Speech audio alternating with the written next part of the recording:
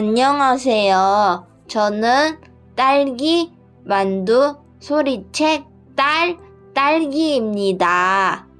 오늘 엄마가 읽어 주실 책은 밤의 이발소 1편입니다. 작가 사와무라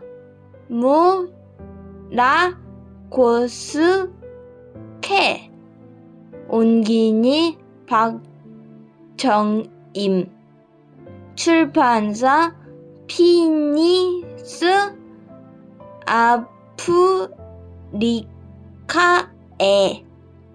낭독을 허락해 주신 출판사 선생님 고맙습니다. 듣고 계신 이모, 삼촌 감사합니다. 사랑하고 축복합니다. 또 만나요.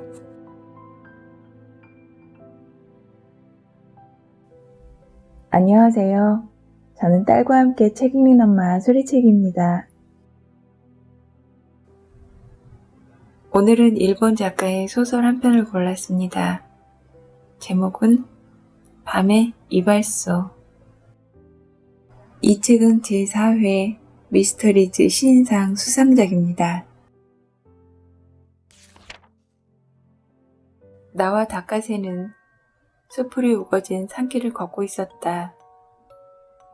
등산 초연길에서 길을 잃은 우리는 낮인데도 어두컴컴한 산속을 몇 시간이나 헤맸지만 미처 마을로 내려가는 길을 찾지 못한 채 밤이 다가오고 있었다. 지나가는 사람도 없고 핸드폰도 연결되지 않고 물론 침낭도 없다. 현재 우리 상황을 표현하는데 딱 맞는 단어가 있다. 저기, 다카세. 결국 나는 그 단어를 입 밖으로 내뱉었다. 혹시 우리 조난된 걸까? 말이 씨가 돼, 사쿠라. 앞서 걷고 있던 다카세가 돌아봤다. 조난이라고 단정하기는 아직 일러. 중요한 건 마음가짐이야. 그럴까? 이를테면 우리는 지금 인정 미답의 깊은 산골짜기를 탐험하고 있는 거야. 절대 그런 것 같지는 않다. 우선 우리는 탐험가가 아니라 길 잃은 행랑객이다. 이 산에 들어온 사람은 다카세가 스스로에게 말하듯 중얼거린다. 요사이래. 우리가 처음인지도 몰라. 엄청난 캐거 아닌가? 유사이래? 아무도 들어온 적 없는 산에 길이 있다니 희한하군. 내가 나직히 중얼거리자 다카세가 헛기침을 했다. 이건 짐승의 길이겠지. 짐승의 길을 따라가 봐야 마을이 나올 것 같지는 않다만. 다카세는 아무 말 하지 못했다. 모든 길은 사람이 사는 곳으로 통하겠지. 나는 말투를 누그러뜨려 말했다. 다카세가 살짝 미소를 짓는다. 거북한 분위기가 조금 부드러워졌다. 하지만 땅거미가 바로 코앞까지 다가와 있었다. 채 30분도 지나지 않아 해가 질 것이다. 그렇게 되면 늦가을 추위에 마을에서 떨어진 산속에서 노숙하는 것 이외에 방법이 없다. 밤이슬에 젖은 차가운 포류에서 자는 자신의 모습을 상상하자 저절로 몸이 떨렸다. 그때 앞쪽의 나무숲 사이로 작은 불빛이 보였다. 불빛을 향해 걷다 보니 선로가 나왔다. 차단기도 경보기도 없는 작은 철도 건널목이 느닷없이 나타난 것이다. 무심코 선로 끝으로 시선을 향하자 짙은 낯빛에 잠긴 해질녘 풍경 속에 자그마한 노란 불빛이 빠끔히 빛나고 있었다. 그 불빛은 아무래도 기차역의 상야등인 듯 했다. 근데 골치 아프군. 나는 친구에게 말했다. 여기서 역까지 어떻게 가지? 산길은 선로를 가로질러 다시 나무숲 너머로 사라진다. 이대로 길을 따라간다 해도 역에 다다를 수 있을 것 같지 않았다. 자, 어떻게 할까? 뭐해? 빨리 가자. 다카세의 행동은 명쾌했다. 건널목을 통해 선로로 들어가더니 그대로 레일 사이를 걷기 시작한 것이다. 선로로 걸어가려고? 내가 놀라서 물었다. 당연히 그래야지. 다카세가 아무렇지 않게 말했다. 보니까 역까지 대충 500m 정도야. 괜찮다니까. 전철이 오면 어떻게 하려고? 옆으로 굴러서 피하면 되지. 다카세가 태연하게 말한다. 여하튼 가보자. 말을 끝내기도 전에 다카세는 이미 걷고 있었다. 어쩔 수 없다. 나는 앞쪽을 살펴보고 위험이 없음을 확인한 후 웅크리고 앉아 레일에 손끝을 대보았다. 만약 열차가 다가고 있다면 레일의 진동이 전해질 것이다. 다행히 그런 기색은 없었다. 나는 한숨을 한번 쉬고 다카세 뒤를 쫓았다. 운이 좋으면 역 근처의 호텔이나 역원의 방을 잡고 차가운 맥주와 함께 따뜻한 식사를 할 수 있을지도 모른다. 그런 덧없는 희망은 역에 다가갈수록 안개처럼 사라져갔다. 이제 겨우 오후 7시가 지났을 뿐인데 플랫폼에는 인기척 하나 없었다. 한밤중처럼 고요하다. 그도 그럴 것이 간신히 도착한 우리의 오아시스. 다데이역은 무인역이었다. 플랫폼은 한쪽 선로에만 있고 플랫폼 중간쯤에 있는 아담한 역사는 기와지붕의 목조 건물이다. 플랫폼 반대쪽으로도 선로가 보이지만 그쪽은 통상적인 선로가 아니라 인상선 같았다. 키 큰 마른 풀로 거의 뒤덮여 있어서 확실하게 확인할 순 없지만 인상선은 역 귀퉁이에 있는 낡은 창고까지 이어져 있다. 역사 개찰구를 빠져나오자 대합실이 있었다. 좌우 벽 쪽으로 나무 벤치가 하나씩 놓여있을 뿐인 간소한 공간이다. 천장에는 깜빡거리는 형광등, 출입구에 문 따위는 없어서 통풍 하나는 나무랄 데 없다. 한 가닥의 희망을 품고 벽에 붙은 시간표를 들여다봤다. 다데이역을 출발하는 상행선은 겨우 하루에 5편밖에 없었다. 막차는 오후 5시 32분, 다음 열차는 다음날 아침 7시 18분이다. 우리는 몇 차례 한숨을 쉰 뒤 운명을 받아들일 각오를 했다. 아무래도 오늘 밤은 이곳에서 1박을 하는 수밖에 없겠군. 뭐 어쩔 수 없지. 일단 밥이라도 먹으러 가자. 하지만 대합실 밖으로 나온 우리를 맞이한 것은 상상을 뛰어넘는 풍경이었다. 역 주변에는 아무것도 없었다. 말도 안 돼. 호텔은커녕 편의점도 카페도 없잖아. 하물며 자동 판매기도 없어. 역 앞에는 잡화점이나 이발소 등 상점으로 보이는 건물이 몇 군데 있었지만 전부 셔터가 내려져 있거나 문이 잠겨 있었다. 상점 앞의 지저분한 상태를 보니 이미 오랫동안 영업하지 않은 듯하다. 어쩌면 거주민조차 없는 폐가일지도 모른다. 우리는 힘없이 역사 안으로 돌아왔다. 그래도 노숙하는 거에 비하면 여기는 천국이야. 다카세가 쾌활하게 웃었지만 허세를 부리고 있음이 또렷하게 보였다. 대합실의 딱딱한 벤치에 앉아 짐을 발밑으로 던지고 나니 갑자기 피로가 몰려왔다. 샤워도 할 수 없고 허기를 채우겠다는 꿈도 확실히 무너졌어. 하지만 기뻐하시라. 우린 갈증 걱정은 없으니. 다카세가 배낭에서 버너와 원두 커피를 꺼냈다.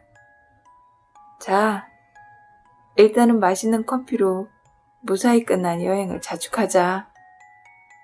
어딘가에 수도가 있을 거야. 사쿠라, 물 좀 받아다 줄래? 장래에 대한 꿈부터 옛 친구의 여자친구 이야기까지 두서없는 대화를 나누는 동안 나도 다카세도 하품하는 횟수가 늘어났다. 시계를 보니 어느새 11시를 넘어서고 있었다. 그만 잘까? 내가 기지개를 켜면서 말했다. 그러자. 잠깐 화장실 다녀올게. 다카세가 대합실을 나갔다. 나는 벤치 끝에 배낭을 놓고 그 위에 머리를 대고 누웠다. 눈을 감자 당장이라도 잠이 들 것 같다. 발소리에 다카세가 돌아왔음을 알았다. 사쿠라, 벌써 잠들었어? 다카세의 목소리에서 미묘한 긴장감이 느껴졌다. 나는 한쪽 눈을 뜨고 다카세를 올려다봤다. 왜 그래? 다카세는 혼란스럽다는 듯 머리를 극적였다. 이발소가 영업을 하고 있어. 뭐? 무슨 소리야? 이발소가? 나는 나도 모르게 몸을 일으켰다. 왜? 역 앞에 이발소가 있었잖아. 다카세가 말했다. 혹시 아까 봤던 그 폐가 말하는 거야? 다카세가 고개를 끄덕였다. 화장실 가다가 별 생각 없이 교차로 쪽을 봤는데 불이 켜져 있는 거야. 에이, 거짓말하지 마. 사람이 사는 것 같지도 않았거든. 믿기 힘들겠지만. 다카세가 어깨를 으쓱했다. 진짜야. 내 말이 거짓말 같다면 직접 가서 봐.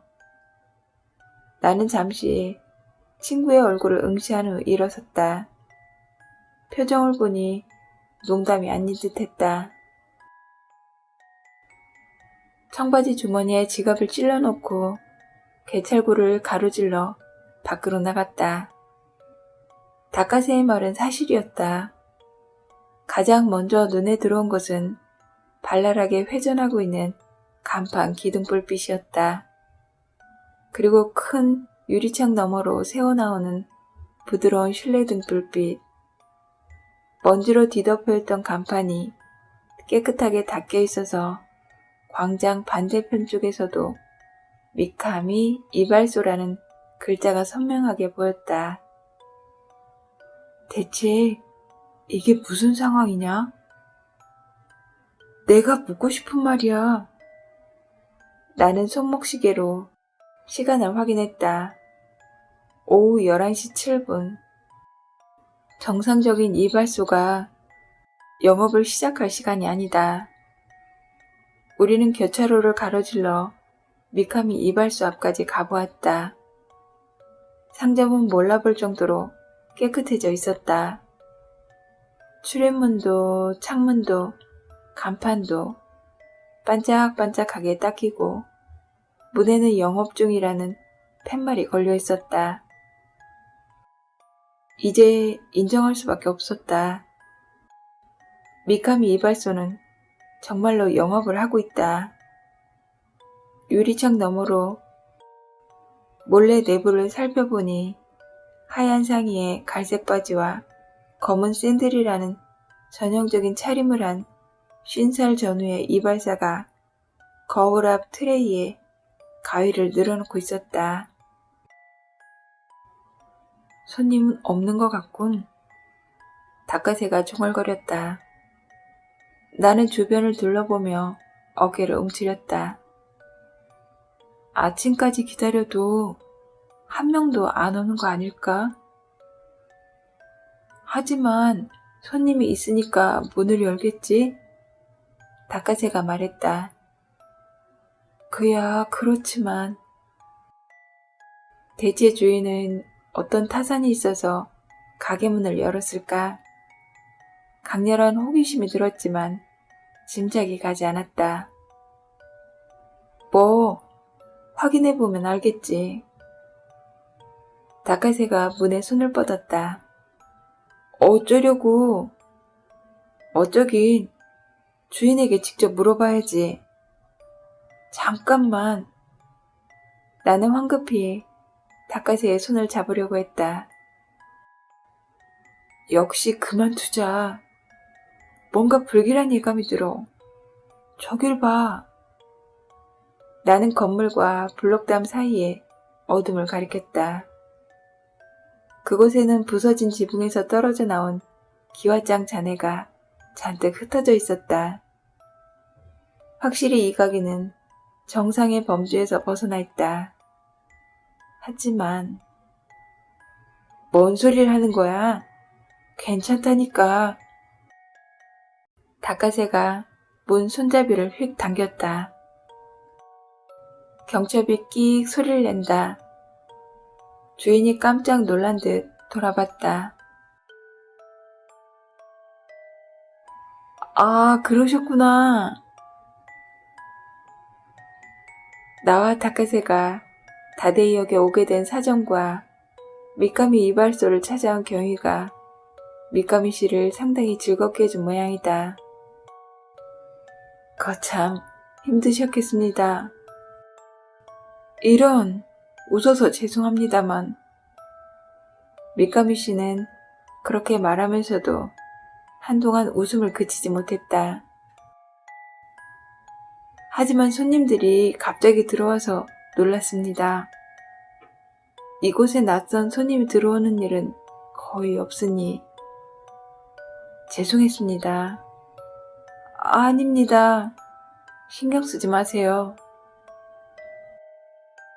미카미 씨는 무척이나 영업적인 부침성이 있는 인물이었다.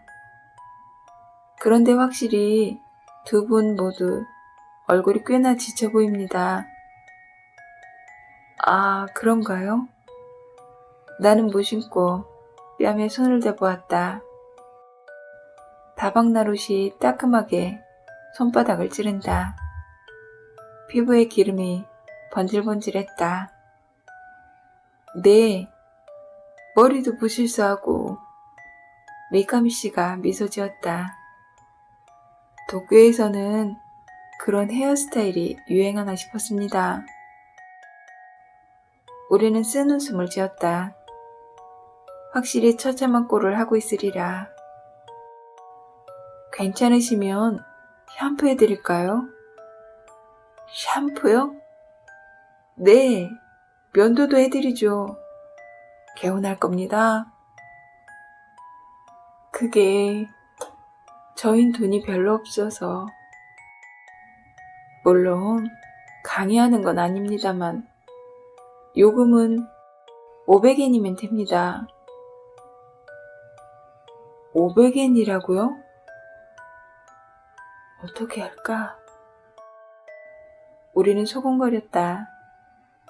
사실은 샤워를 하고 싶었지만 그게 안 된다면 머리만이라도 개운하게 하는 것도 나쁘지 않을 것 같았다.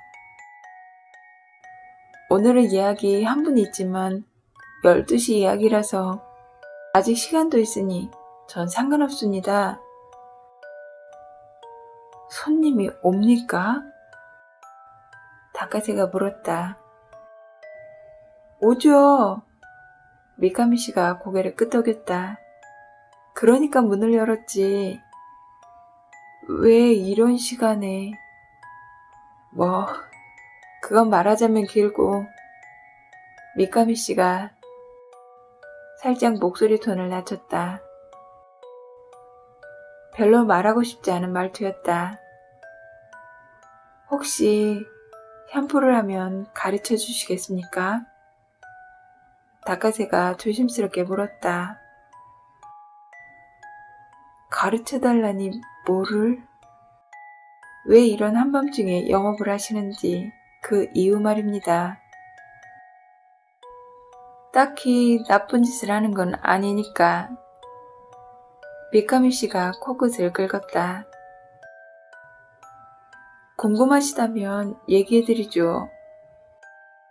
닭가새가 나를 슬쩍 봤다. 나는 고개를 끄덕였다. 샴푸 부탁드리겠습니다. 그럼 딸에게 좀 도와달라고 하겠습니다. 미카미 씨의 말에 나는 조금 놀랐다.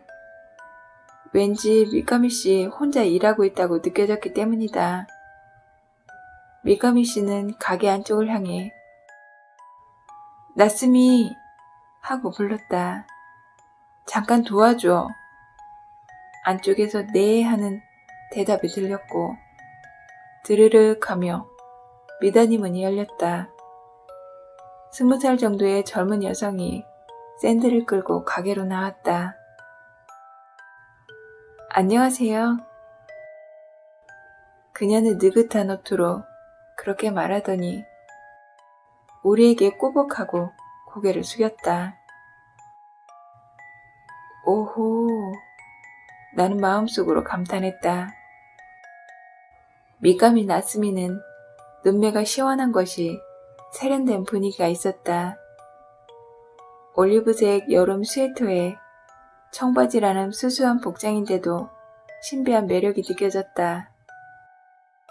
그녀에게는 향수 냄새가 강하게 풍겼는데 이곳과 조금 어울리지 않을 정도로 달콤하고 진한 향기였다. 안녕하세요. 닭가새가 활발하게 말했다. 잘 부탁합니다. 나스미 씨. 네, 저도요. 나스미가 미소 지었다. 닭가새가 냉큼 그녀 옆에 의자에 앉았다. 그럼 손님은 이쪽으로. 나는 미카미 씨가 시키는 대로 입구 쪽 의자에 앉았다. 목 아래쪽으로 미용 가운이 덮이고 등바지가 젖혀져 천장을 바라보는 자세가 된 상태에서 뜨거운 타월이 부드럽게 얼굴에 덮였다. 그것만으로도 황홀할 정도로 기분이 좋다. 잠시 뜨거운 기운을 쐬어 말랑말랑해진 얼굴 위로 면도 크림이 듬뿍 발렸다. 그리고 면도칼이 닿았다.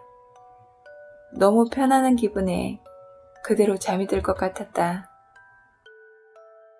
의도하지 않았지만 옆에서 대화하는 소리가 들렸다. 예상대로 이야기를 하는 쪽은 거의 닭가새다. 나츠미는 꽤 솔직한 성격인 듯 닭가새의 이야기가 재미없으면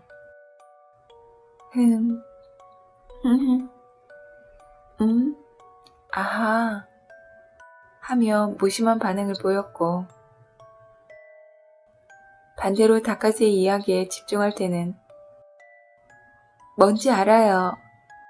그럴 수도 있겠네 하고 맞장구를 친다. 졸린 듯한 맞장구가 정말이지 묘하게 애교스러웠다. 아까 왜 이런 시간에 가게를 여는지 물었죠?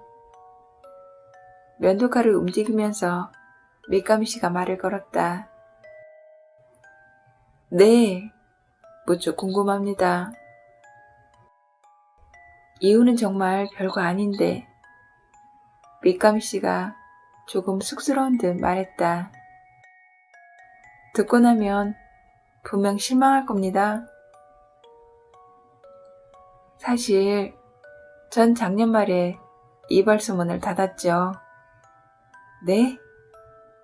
나는 의외의 이야기에 놀랐다. 무슨 말씀이세요?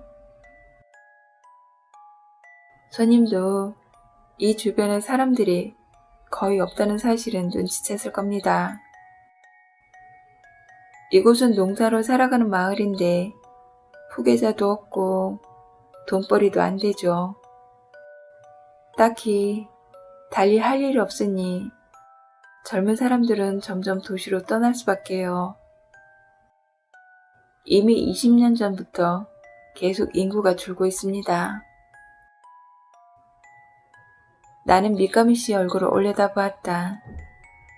그는 진지한 눈빛으로 턱선을 따라 면도칼을 미끄러뜨린다. 저도 아버지 때부터 이곳에서 영업을 해왔지만 손님이 줄어서 생계를 꾸릴 수가 없게 됐습니다. 그래도 어떻게든 버텨봤지만 더 이상은 힘들었죠. 저는 가게를 줬고 지인 소개로 이웃마을 공장에서 일하기 시작했죠.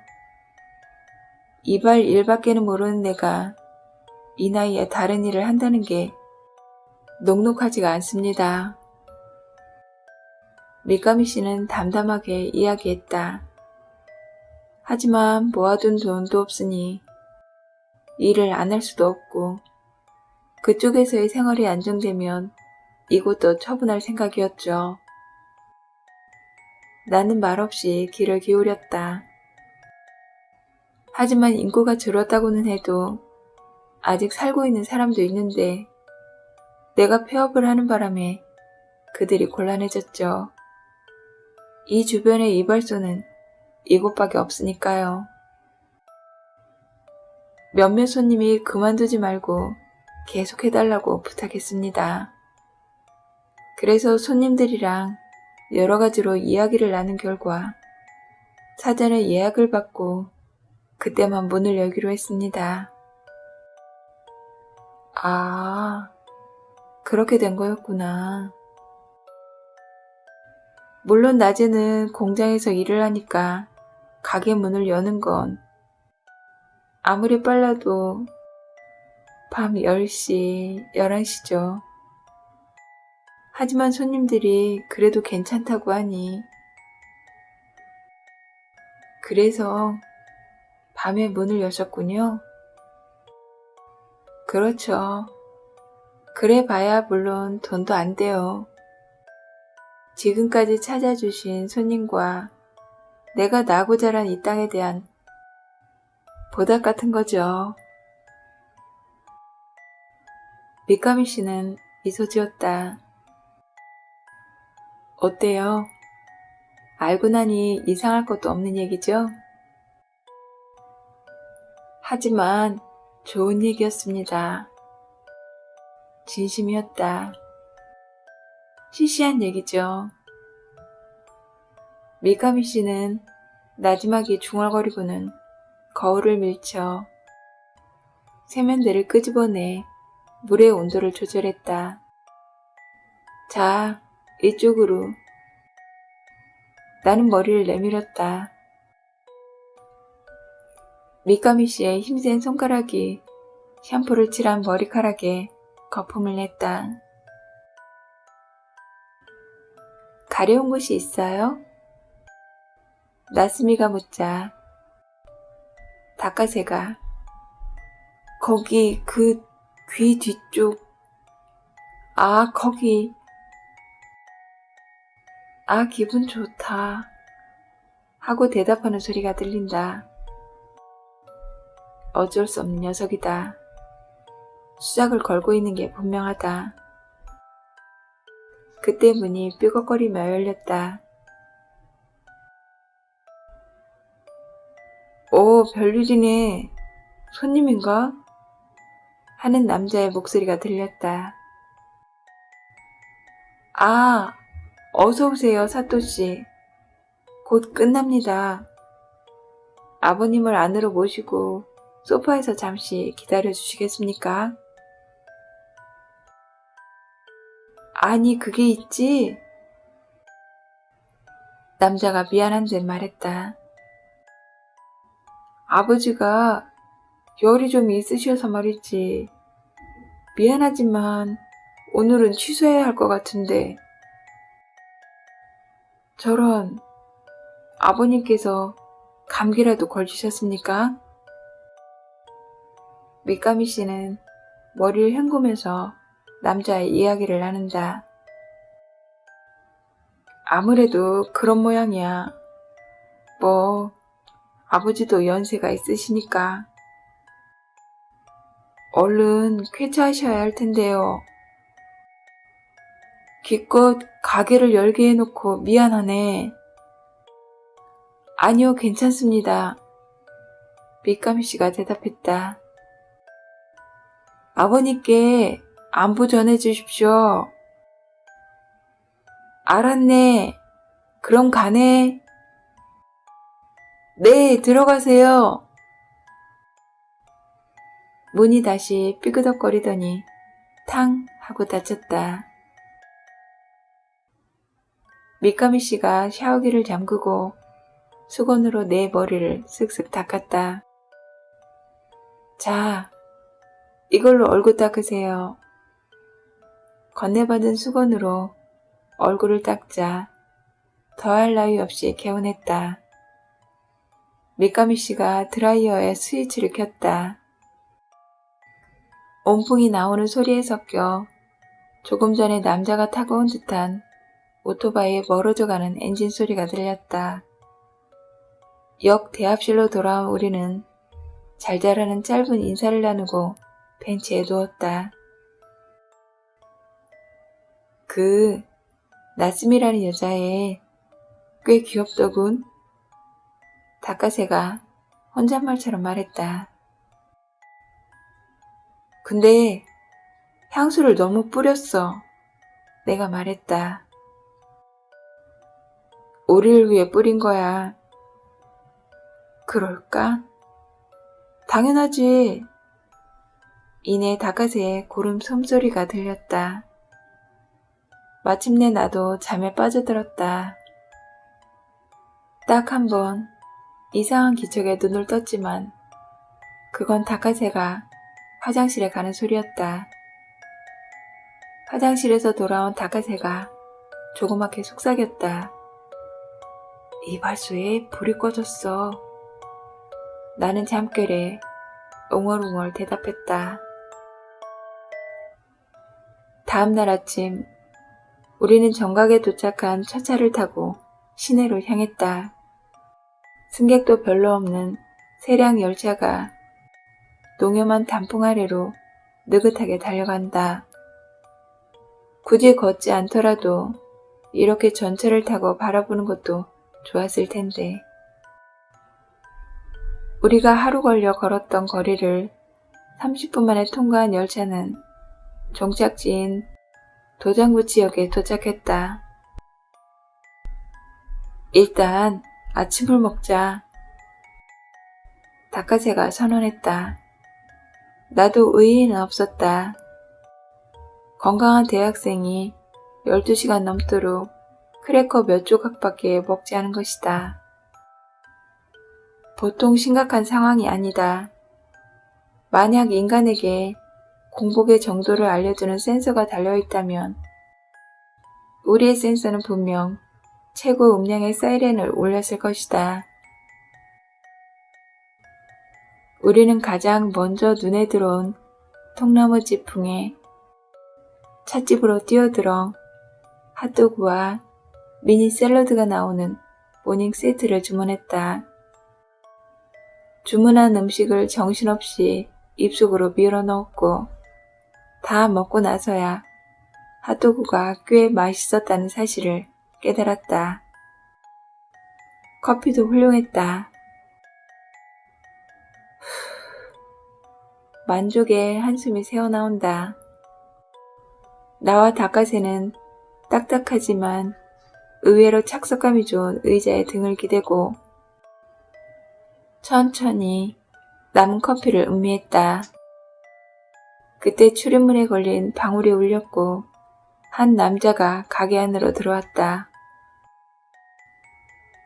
점점 늘 먹던 거 부탁해. 최대한 빨리. 남자는 카운터석에 앉으면서 말했다. 출근 전인 직장인일까? 직장인치고는 머리가 좀 길고 얼굴도 길었다. 나이는 30이 조금 안 돼 보였다. 좋은 아침. 오늘도 아침부터 힘이 넘치네. 남자는 단골인 듯하다. 점장이 친근하게 말을 건넨다. 무슨 소리야? 나 어제 잠도 한숨 못 잤거든. 남자가 투덜거렸다. 밤새 유흥이라도 즐기셨나? 점장이 커피를 내리면서 말한다. 조간신문에 큰 뉴스도 안 나왔던데 밤새 일했을 리는 없고. 나도 여러 가지로 바쁘거든. 남자가 불만스럽게 대답한다. 하지만 아무리 바빠도 밥 먹는 시간은 안 줄이지, 아키 씨는. 점장이 놀리듯 말했다. 당연하지. 이 상태에서 밥까지 걸으면 쓰러져. 남자가 뿌르퉁하게 카운트에 한쪽 팔꿈치를 대고 담배에 불을 붙였다. 자, 다 됐습니다. 점장은 아무리 봐도 3인분은 될 듯한 많은 양의 믹스 샌드위치를 남자 앞에 놓았다. 남자가 올 것을 미리 알고 준비해 둔 듯하다. 남자는 샌드위치를 집어들고 허겁지겁 먹는다. 맛이라도 좀 보면서 먹지. 점장이 쓰는 숨을 지으며 수증기가 피어오르는 머그잔을 카운터에 놓았다. 남자는 무심하게 커피를 마시고는 다시 샌드위치를 먹었다. 어지간히 부산스럽게 먹는 사람이다. 내 맞은편의 닭가새는 턱을 괜 채 멍하니 창밖을 보고 있었다. 뭐하냐? 나스미 씨 생각이라도 하는 거냐? 나는 생각에 잠긴 친구를 놀렸다. 닭가새가 내게 시선을 돌리고는 조금 묘한 표정을 지었다. 그녀를 어떻게 생각해? 몰라. 나는 기가 막혔다. 네가 알아서 생각해. 어제는 피곤해서 깊게 생각하지 않고 잠이 들었는데 닭가새는 나의 가벼운 대답에 개의치 않고 말을 이었다. 지금 생각해보니 그 두 사람 뭔가 기묘해. 그건 그래. 나도 동감이었다. 생각해보면 할수록 하나부터 10까지 이상해. 닭가새가 다시 한번 말했다. 미카미 씨는 자기 일도 힘들 텐데 왜 굳이 그 시간에 가게를 열었을까? 그야 오랫동안 찾아준 단골 손님이 부탁해서 그랬다잖아. 시골 사람이라 의리가 있는 거지. 닭가새는 내 대답에 납득이 가지 않는 듯 했다. 그럼 나스미 씨는? 그녀가 미카 씨의 부인이라면 이해가 가. 오랫동안 남편과 함께 이발소를 운영했고 다데이 지역 사람들에게 신세를 줬다면 하지만 나스미 씨는 그런 느낌은 아니었어. 그녀도 의리파 아닐까? 겉보기와는 달리.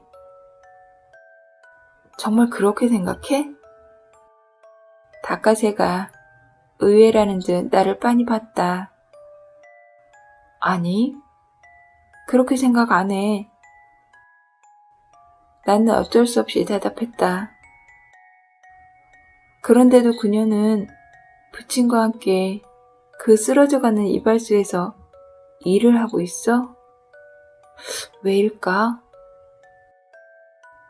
나는 침묵했다. 만약 미카미 씨 집이 이발소 수입만으로 생활한다면 나스미 씨도 가업을 도울 수밖에 없겠지. 닭가새가 말했다. 하지만 미카미 씨는 공장에서 버는 돈으로 생활하잖아. 이발소를 여는 건 고향에 대한 보답이나 자원봉사 같은 걸까? 그러게. 게다가 밤 11시라고. 나스미 씨라면 부친의 의리에 부합하기보다는 친구들과 노는 쪽을 선택할 것 같은데.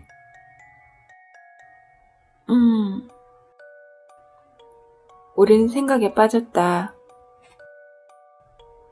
미안. 잠깐 전화 좀 하고 올게. 커피 리필해줘. 카운터의 남자가 점장에게 양해를 구하고 밖으로 나갔다. 유리창 너머로 남자가 휴대전화를 들고 열심히 통화하는 모습이 보였다. 하지만 나스미 씨는 가게에 있었고 네 수염을 밀어줬잖아. 내가 말했다. 그렇긴 한데. 닭가새가 턱을 쓰다듬었다. 역시 이상해. 우리는 찜찜한 기분을 품은 채 미지근해진 커피를 마셨다. 한참을 곰곰이 생각해봤지만 납득할 만한 대답을 찾지 못했다. 꽤 흥미로운 이야기를 하시더군요. 갑자기 머리 위에서 목소리가 내려왔다. 놀라서 고개를 들어보니 카운터에 있던 남자가 수증기가 피어오르는 머그잔을 들고 우리 옆에 서 있었다. 남자를 등진 채 앉아있던 닭가새가 의아한 듯 남자를 올려다본다. 실례, 이런 사람인데. 어딘가 애교스러운 표정으로 남자가 명함을 내밀었다. 명함에는 하야부사 통신사 기자 아키모토 도시움이라고 인쇄되어 있었다. 괜찮으시면 방금 한 이야기 좀 자세히 들려줄 수 있을까? 아키모토는 그렇게 말하고 빙긋 웃었다. 우린 가게 안쪽에 4명이 앉을 수 있는 칸막이 자리를 옮겼다.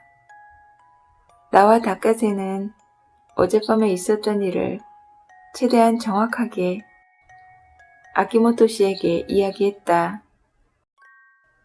아키모토 씨는 거의 말을 자르지 않고 우리가 이야기하도록 내버려 두었다.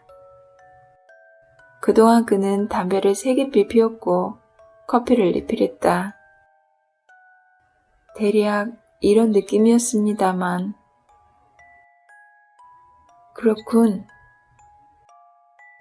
아키모토 씨는 다리를 꼬고 천천히 의자에 기대더니 어딘가 아득한 눈길로 우리를 바라봤다. 재밌네. 재밌습니까? 응. 미카미 씨가 왜 거짓말을 했는지 아주 흥미로워. 거짓말이라고 어떻게 단언하시죠? 닭가새가 물었다. 식사 중에 자네들의 이야기를 우연히 들었지. 아기모토 씨는 새 담배를 꺼내물며 말했다. 뭔가 재미있는 얘기 같아서 다대의 주민센터에 전화를 걸어 물어봤어. 미가미 이발소가 지금도 지역 주민을 위해 영업을 하고 있다고 들었다면서. 그랬더니 그쪽에서 뭐라고 대답했게. 깜짝 놀라면서 그런 이야기는 처음 듣는다더군. 전화를 받은 사람은 미카미 이발소의 단골이었어. 그럼 그가 몰랐다는 거지. 정말입니까? 나는 어안이 벙벙했다. 미카미 씨가 이발소를 폐업하고 이웃 마을 공장에서 일을 하는 건 사실이었어. 공장 근처의 연립에서 혼자 생활하는 것도 사실인 것 같고, 하지만 그 외에는 다 엉터리야. 혼자 산다고요? 그럼 나스미 씨는? 다카세가 물었다. 그녀는 미카미 씨의 딸이 아닙니까? 아키모토 씨는 천천히 연기를 내뿜었다. 미카미 씨에게는 딸이 없어. 2해 전에 아내와 사별하고 고독한 신세가 된 모양이야. 없다고요? 나와 다카세는 얼굴을 마주본 채 말을 잇지 못했다. 어딘가 비밀스러운 느낌 있는 여성이라고는 생각했지만 설마 존재하지 않는 인물이었다고는. 대체 어떻게 된 겁니까? 나는 그렇게 묻는 것이 고작이었다. 아키모토 씨가 미소 지었다. 자, 먼저 첫 번째 의문이다.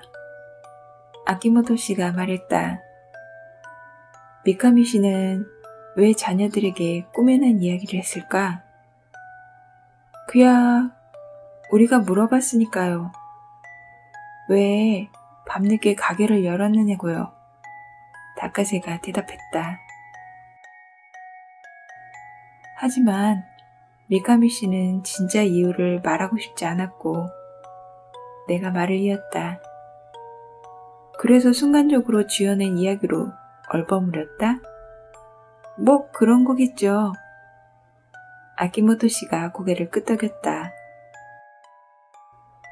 그러면 미카미 씨가 숨기려고 했던 심야 영업의 진짜 이유는 뭘까? 뭘까? 다카세가 생각에 잠긴다. 모르겠어. 다시 한번 묻지. 자네들이 역에 도착했을 때는 미카미 이발소가 굉장히 지저분했다고 했지? 아키모토 씨는 그 점이 걸리는 듯 했다. 네. 나는 고개를 끄덕였다. 처음에 봤을 때는 폐가라고 생각했을 정도였죠. 그런데 자네들이 모르는 사이 이발소가 깨끗하게 청소되어 있었고 심야 11시가 돼서 영업을 시작했다? 맞습니다. 미카미 씨는 단골 손님의 부탁으로 가게를 열었다고 답했다. 그리고 자네들은 실제로 가게를 찾아온 손님의 목소리를 들었고, 네, 맞습니다. 하지만 원래의 단골은 미카미 씨가 영업한다는 사실을 몰랐다. 아키모토 씨가 관자놀이를 손가락으로 툭툭 쳤다. 어느 한쪽이 거짓말을 한다는 거군. 우리는 거짓말 안 했어요. 다카세가 불쾌하다는 듯 입을 삐쭉 내밀었다. 믿고 안 믿고는 그쪽 자유지만 알았어. 아키모토 씨가 잠시 생각한 후 말했다.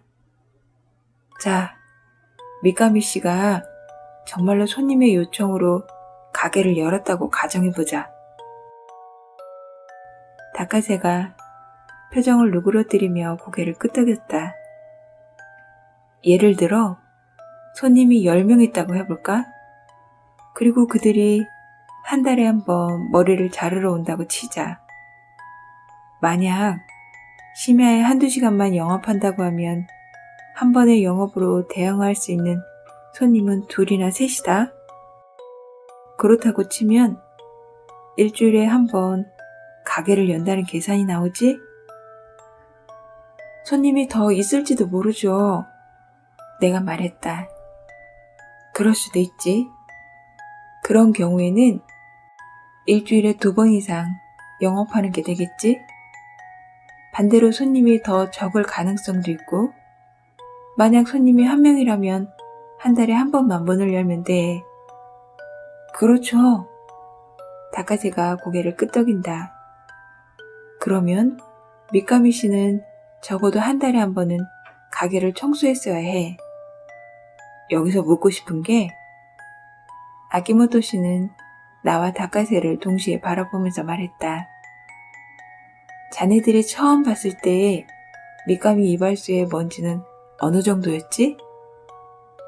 일주일치? 아니면 한 달치의 먼지가 쌓여 있었나? 그게... 닭가세가 조금 분하다는 듯 대답했다. 미카미 이발소는 틀림없이 몇 달은 청소를 하지 않은 상태였습니다. 그렇다면 정기적으로 영업을 한다는 미카미 씨의 말은 거짓이 된다. 그러면 그때 찾아온 남자는 정체가 뭘까요? 닭가세가 이상하다는 듯 물었다. 내 생각에 아키모토 씨는 신난 듯 말했다. 그 남자 중에는 중요한 역할이 맡겨져 있었어. 역할이 맡겨졌다? 누구한테요? 물론 미카미 씨지. 그 남자는 미카미 씨의 부탁을 받고 가게를 방문했던 겁니까? 아키모토 씨는 그 질문에는 대답하지 않고 미소 지었다. 그러면 역할이라는 건... 내가 다시 물었다. 하나는 미카미 씨와의 대화를 자네들에게 들려주는 것이었겠지. 부친이 이발소에 올 수 없게 되었다는 이야기를 말입니까? 그것도 있고, 뭐가 뭔지 모르겠군. 닭가세가 곤욕스러운 듯 중얼거렸다. 우리에게 그런 이야기를 들려준들 무슨 이득이 있다는 겁니까? 덕분에 자네들에게 진짜 목적을 들키지 않고 끝내지 않나? 아키모토 씨가 말했다. 오랫동안 사용하지 않았던 가게를 급하게 청소하고 한밤중에 문을 열고도 충분히 남는 장소였겠지. 그 말을 듣고도 우리는 전혀 짐작이 가지 않았다. 아키모토 씨는 마키미 씨의 진짜 목적을 알고 있습니까? 아마도 내 생각이 맞다면 미카미 씨의 목적은 자네들의 머리를 감기는 거였을 거야. 설마... 나도 모르게 소리를 높였다.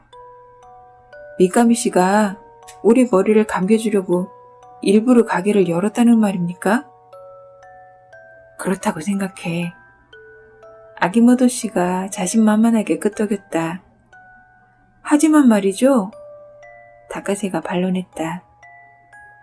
우리가 샴푸를 하게 된 건 이야기를 하다 보니 우연히 그렇게 됐을 뿐입니다.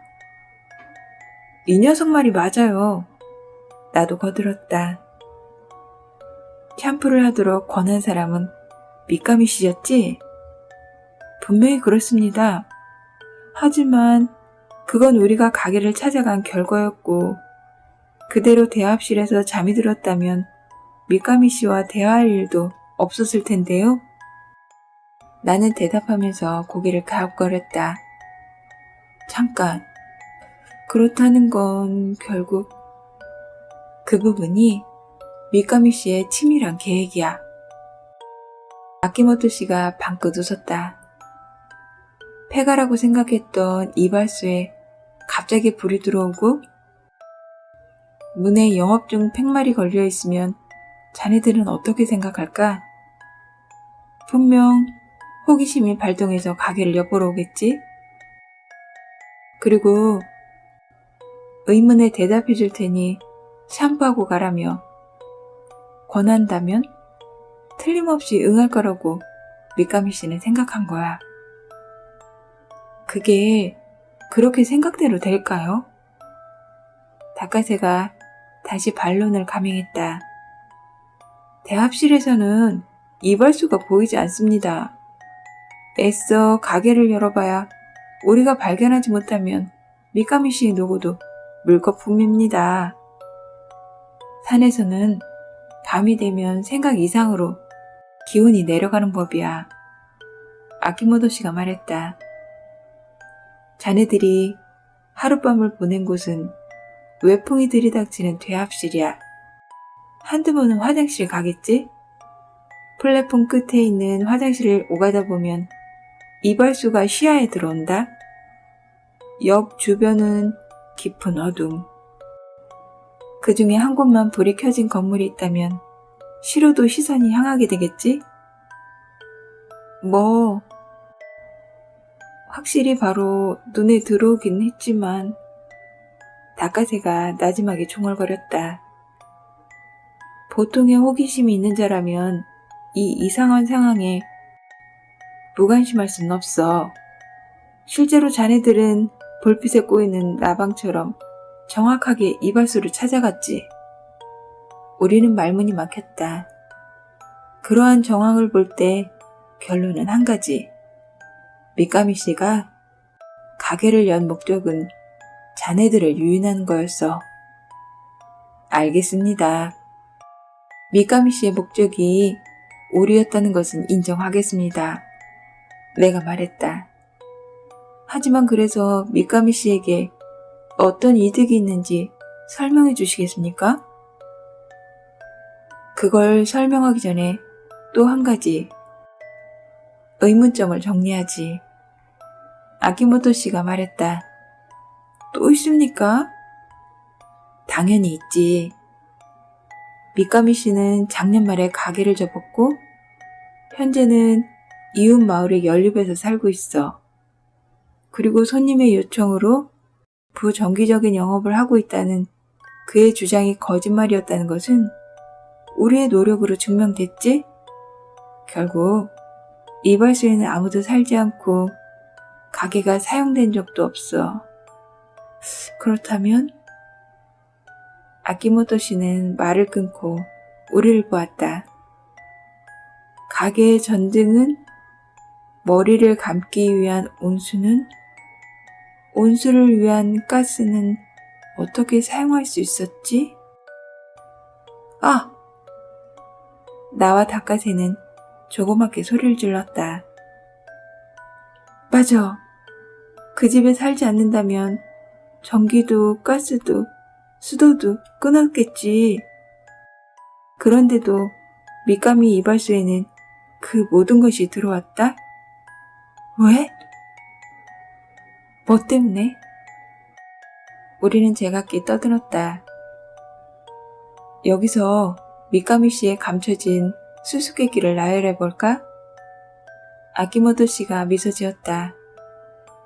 일단 첫 번째로 우연히 무인역에 흘러들어온 자네들을 유인하려고 일부러 가게를 연 점. 두 번째로 생활 거점을 이웃 마을로 옮긴 후에도 이전 집의 전기와 가스와 수도를 사용할 수 있도록 해두었던 점. 그리고 세 번째로 딸로 위장한 젊은 여자와 수상한 남자가 밑가미 씨와 함께했다는 점. 그 모든 게 뭔가 목적이 있었던 거군요. 당연히 그렇지. 아키모토 씨가 고개를 끄덕였다. 그 목적이 뭐라는 거죠? 밑가미 씨의 목적이 뭐든 적어도 한 가지만은 분명히 말할 수 있어. 그는 뭔가 뒤가 구린 일을 꾸미고 있어. 뒤가 구린 일? 그게 어떤 건지 아키모토 씨는 알고 있습니까? 다카세의 질문은 휴대전화 벨소리에 차단됐다. 아키모토 씨는 테이블 위에 휴대전화를 집어들고 발신자를 확인했다. 그의 얼굴이 묘하게 긴장한 듯 보였다. 금방 돌아올게. 잠시만 기다려줘. 그 말과는 달리 아키모토 씨는 좀처럼 돌아오지 않았다. 어떻게 된 걸까? 사건이 생겨서 불려간 걸까? 장난하나? 이야기가 이제 절정에 들어가려는 참에 다카세가 얼굴을 찡그린다. 그러게 전화가 10분만 늦게 왔으면 좋았을걸. 제길 누군지 모르겠지만 눈치 한 번 없네. 그렇게 쓸데없는 소리를 떠들고 있자 마침내 아키모토 씨가 돌아왔다. 기뻐해라. 좋은 뉴스가 있어. 아키모토 씨의 표정이 밝아져 있었다. 무슨 일이 있었습니까? 미카미 씨의 수수께끼에 사로잡혀 있던 우리는 건성으로 물었다. 아직 보도되진 않았지만 사실 이 동네에서 유괴 사건이 일어났었다. 유괴 사건이요? 정말요? 이번에는 나도 다카세도 몸을 내밀었다. 그런데 보도되지 않은 사건을 저희에게 말해도 괜찮습니까? 유괴 사건의 경우 인질이 무사히 풀려날 때까지는 보도를 보류한다고 들은 적이 있다.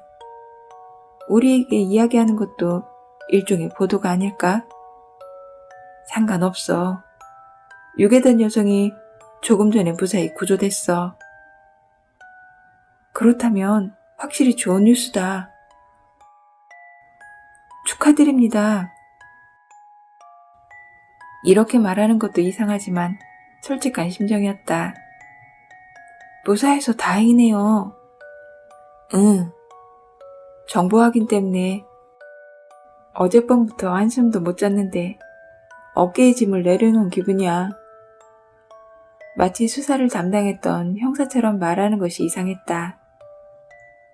그래서 범인은? 다카세가 물었다. 아직 도주 중인 모양이야. 그렇습니까? 범인이 검거되지 않았다면 마냥 기뻐할 순 없다. 하지만 곧 검거될 거야. 아키모토 씨는 우리에게 미소를 지었다. 너희 덕분이야. 네? 저희 말입니까? 그래. 아키모토 씨는 새 담배에 불을 붙였다. 사실 너희 이야기를 듣기 전까지는 경찰도 언론도 범인이 어떤 자인지 전혀 감을 잡지 못했어. 잠깐만요. 나는 조급하게 말했다.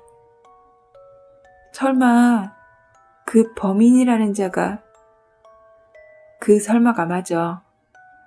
아키모토 씨가 기쁜 듯 손가락을 튕겼다. 범인은 우리의 미카미 씨와 그 일당이야. 유괴된 사람은 이 마을에서 손꼽히는 자산가의 외동딸이야. 아키모토 씨는 담배를 맛있게 피우면서 유괴 사건의 개요를 말해주었다. 여하튼 담배를 참 많이 피우는 사람이다. 담배를 좋아하지 않는 난 조금 진력을 내며 이야기를 들었다. 사람을 사람으로 생각하지 않는 냉혹한 사람들일수록 가족에게는 아낌없는 애정을 쏟기도 하는데 그 자산가가 딱 그런 유형이야. 6년 전에 아내를 잃었고 가족은 딸 한 명뿐. 당연히 그 딸은 맹목적인 사랑을 받으며 자랐지. 풍족한 용돈으로 많은 추종자를 이끌고 밤마다 유흥을 즐겼던 모양이야. 그 추종자 중에서도 특히 그녀가 마음에 들어했던 남이라는 여자가 있었어. 그 남이가 어느 밤 자산가의 딸을 교묘한 말로 유인해서 인적이 없는 곳으로 데려갔지. 그러자 남자들이 기다리고 있었고 그녀는 비명을 지를 틈도 없이 차에 태워졌어. 남이는 유괴범의 일당이었던 거야. 설마 그 남이라는 사람이? 닭가새가 낮은 목소리로 물었다. 그래, 자네들 앞에선. 닭가새가 말없이 고개를 저었다. 이야기를 계속하자면 유괴에 성공한 범인들은 자산가에게 전화를 해서 몸값을 3천만 엔을 들고 1시간 후에 지정한 장소로 오라고 물론 경찰에 연락하면 딸의 목숨은 없다는 틀에 박힌 말도 덧붙였고 자산가는 그대로 그 조건을 받아들였어. 경찰에는 알리지 않았습니까? 자산가는 법이 아닌 자신의 손으로 범인들을 심판하려고 했을. 그가 자신이 알고 있는 폭력배들을 불러들여 논의했다는 게 그 증거지. 폭력배들은 이렇게 제안했다고. 딸을 무사히 찾기 전에는 범인을 거스르지 않는 게 좋다.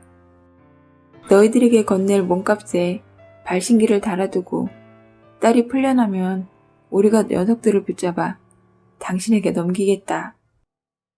그때 찌든 굽든 하고 싶은 대로 하라고. 저절로 한숨이 나왔다. 도끼는 개끼니군요. 맞아. 하여튼 그래서 자산가는 발신기를 장착한 돈가방을 들고 지정된 장소로 달려갔어. 그런데 자산가의 계획은 범인도 충분히 예상했던 바였지. 처음부터 그들은 다른 수를 생각하고 있었어. 어떤? 남이는 그 딸과 밤마다 붙어다니면서 그녀의 부친이 자택 금고에 늘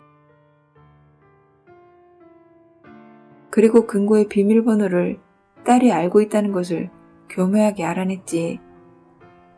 범인들은 유괴한 딸을 칼로 위협해서 자택 열쇠를 빼앗고 금고 비밀번호를 알아냈어.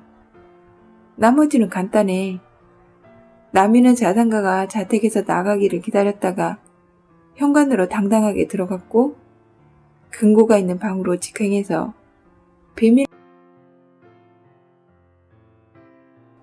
그리고 금고에 있는 것들을 남김없이 가방에 담아 그 집을 나왔어. 한편 자산가는 아무리 기다려도 범인이 나타나지 않자 어쩔 수 없이 집으로 돌아왔고 자산가는 그제야 경찰에 연락했어. 나도 닭가새도 기가 막혀서 말이 나오지 않았다. 그렇게 해서 범인은 아니 이제 미감이라고 해도 되겠군. 의기양양하게 은시처로 철수했다.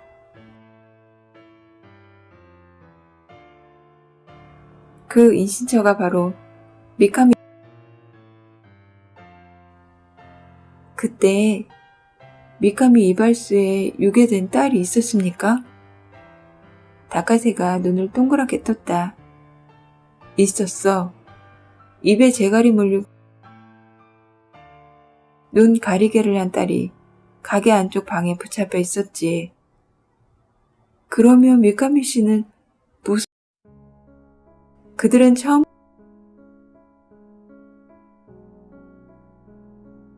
인지를 돌려줄 생각이었어. 밤이 깊어지기를. 그런데 예상치 못한 문제가 발생한 거야. 아키모토 씨는 우리에게 윙크를 했다. 뭘 것 같아? 닭가새가 조심스럽게 자신을 가리켰다. 정답! 기진맥진해서 눈이 캥해진 수상한 남자들이 불쑥 나타나서 역 대합실에 자리를 잡은 거지. 우리는 간신히 신음만 하고 있었다. 어쩌면 미카미는 처음에 자네들 가까이서 봤다면 이렇게 매갈이 없는 사람들이 형사일 리 없다는 걸 바로 눈치챘겠지만 피곤해서 그런 겁니다. 닭가새가 불쾌한 듯 항의했다. 평상시에 우리였다면 멀리서도 씩씩하고 유능한 형사로 보여서 얌전하게 자수했겠죠? 아키모토 씨는 싱긋 웃으면서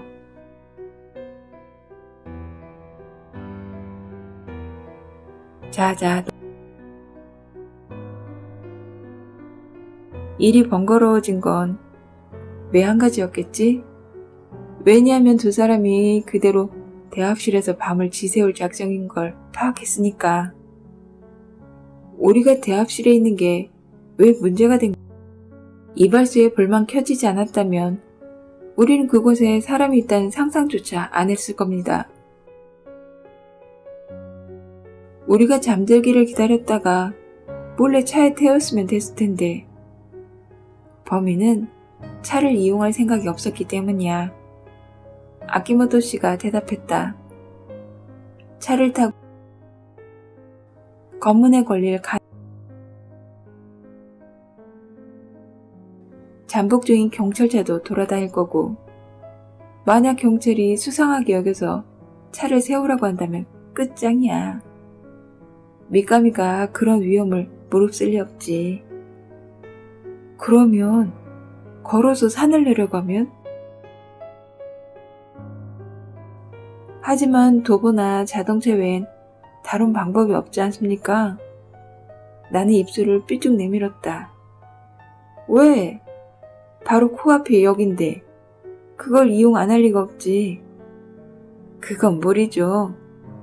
닭가새가 말했다. 다음날 아침까지 열차가 안 올 텐데요?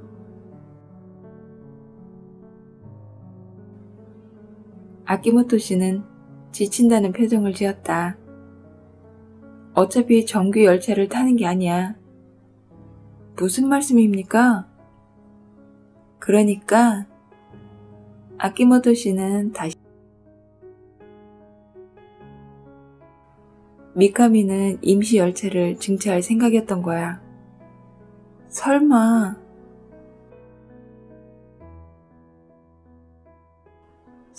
가와 세미고온 철도의 사장이라도 그런 건 못할 거려? 자, 반대로 물어보지. 아키모토 씨가 강한 어조로 말했다. 역을 사용할 게 아니라면 자네들을 대합실에서 떨어뜨려 놓을 필요가 어디 있지? 인지를 산 기술까지 보내야 하는 위험한 과정이 기다리고 있는데 왜 자네들을 가게로 끌어들여 샴푸를 해야 했지? 그건... 미카미는 인지를 플랫폼에 데려가야 하기 때문이야. 플랫폼에 가려면 대합실을 통하지 않을 수 없지? 하지만 대합실에는 자네들이 있었어. 자네들을 잠시 대합실에서 나오게 하려면 어떻게 해야 할까? 미카미가 생각해낸 대답이 아키모토 씨는 턱으로 우리의 머리를 가리켰다. 그거였어. 닭가새가 손가락을 뻗어 자신의 머리카락을 그리고 샴푸에는 또 하나의 목적이 있었어.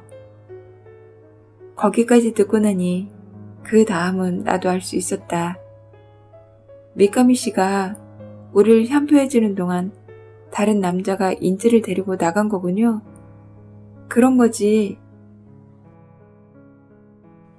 하지만 인지를 데리고 나가는 데에는 한 가지 문제가 있었어. 문을 여닫을 때 경첩에서 소리가 난다는 거죠?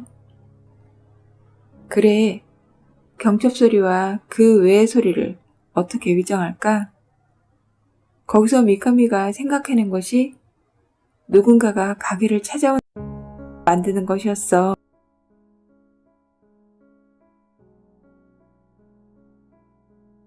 샴푸 중이라 눈을 뜰 수 없는 우리는 문이 안에서 열렸는지 밖에서 열렸는지 판단할 수 없었으니까요. 남자는 인질의 손을 끌고 너의 등 뒤로 빠져나갔어. 미카미와 대화를 나눴지. 그리고 유유히 밖으로 나간 거야. 그 추리에는 조금 수긍하기 힘든 부분이 나와 아키모토 씨의 대화를 잠자코 묵묵히 듣고 있던 타카세가 끼어들었다. 인질은 가게 안쪽에 있는 주거 공간에 붙잡혀 있었죠? 그렇다면 굳이 가게 안을 통과해서 데리고 나갈 게 아니라 뒷문으로 나가는 편이 안전하다고 생각했습니다만 그렇군. 확실히 맞는 말이다. 나는 아키모토 씨를 쳐다봤다. 근데 그게 아니야. 아키모토 씨가 미소 지으며 말했다. 이발소 주변에 수많은 기와 조각이 널려 있었다고 자네들이 말하지 않았나? 한밤중에 눈을 가린 사람을 데리고 사방에 기와 조각이 굴러다니는 곳을 빠져나간다고 상상해봐. 인질이 기와 조각에 발이 채어 넘어진다거나 큰 소리를 내면? 그런 점에서 가게 안은 화나고 넘어질 염려도 없지? 게다가 나미의 향수가 무엇보다 확실한 증거야. 인질을 데리고 나갈 때 향수 냄새가 나면 들킬 염려가 있으니까 나미는 일부러 인질과 똑같은 향수를 잔뜩 뿌렸을 거야. 짙은 향수 냄새가 마음에 안 들었겠지만 그렇군. 그래서 어딘가 나스미의 심기가 불편해 보였던 거군. 알겠습니다. 항복입니다. 타카세가 양손을 살짝 들어 올렸다. 남자가 인질을 데리고 역으로 향했다는 걸 믿겠습니다. 고맙군. 아키모토 씨가 만족스러운 듯 고개를 끄덕였다. 그러면 마지막으로 임시 열차의 정체를 밝혀볼까? 이발소에 예약을 취소하러 왔던 남자가 돌아갈 때 무슨 소리가 들렸다고 했지? 아! 타카세가 눈을 가늘게 뜨며 대답했다. 그건 분명히 오토바이 엔진 소리였습니다. 자네들은 궤도 오토바이를 아나? 이런 느낌에 탈 것인데. 아키모토 씨가 수첩을 펼치더니 사인펜으로 빠르게 그림을 그려서 보여줬다. 거기에는 선로위를 달릴 수 있도록 4개의 철제 바퀴가 장착된 오토바이 그림이 개성적인 필지로 그려 있었다. 와! 이런 것도 있군요. 그래. 나도 실물을 본 적은 없지만 선로 보수 작업에 사용하는 모양이야. 그들은 이 궤도 오토바이로 인질을 마을로 보낸 거군요. 인질 여성이 역에서 오토바이에 태워졌다는 이상한 진술을 하고 있어. 형사는 그 말을 무시했나 본데 궤도 오토바이를 이용했다고 생각하면 앞뒤가 맞지. 역 어딘가에 분명히 역 옆으로 인상성과 창고가 있었습니다. 내가 말했다. 별로 사용하지 않는지 수풀이 무성했지만요. 그렇군. 그 수풀이 의심스러워. 하지만 궤도 오토바이를 사용한 건 제법 괜찮은 아이디어 같군. 설마 경찰도 막차가 떠난 역이나 선로까지는 감시하지 않았을 테니. 즐거웠다. 또 재밌는 경험을 하면 알려줘. 네, 꼭 그렇게 할게요. 수고하세요. 이 이상 수고했다가는 쓰러진다. 잘 가라. 우리의 어깨를 툭툭 치고 아키모토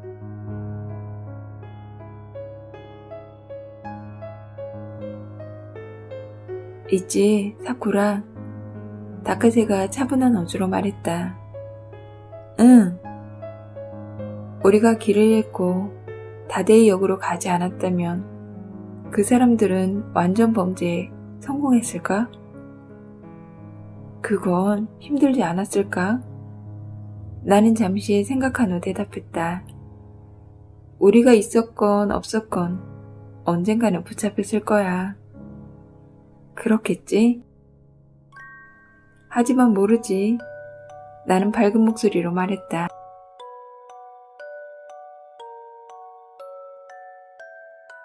길을 지나다가 우연히 이발소를 들여다봤더니 미카미 씨와 나스미 씨가 시치미를 뚝 떼고 손님의 머리를 감겨주고 있을지도